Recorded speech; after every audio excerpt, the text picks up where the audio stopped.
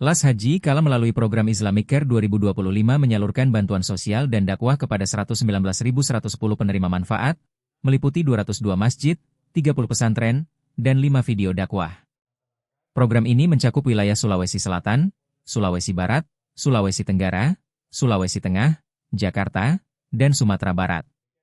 Direktur Eksekutif Yayasan Haji Kala, Muhammad Zuhair, mengungkapkan program ini bertujuan meningkatkan kesejahteraan masyarakat melalui 8 kegiatan utama, seperti pembagian 85.000 paket sembako, 32.500 paket iftar, serta pemberdayaan mualaf dan lansia. Kami juga memperbaiki rumah layak huni dan memberikan pelatihan agama untuk teman tuli, katanya dalam konferensi pers di Wisma Kala. Salman Febriansyah, Program Manajer Islamic Care, menambahkan program seperti Tebar Dai Desa Bangkit Sejahtera, melatih imam dan pengajar TPQ di desa binaan selama 6 bulan. Sementara program Bina Teman Tuli menyediakan kajian agama dengan penerjemah bahasa isyarat.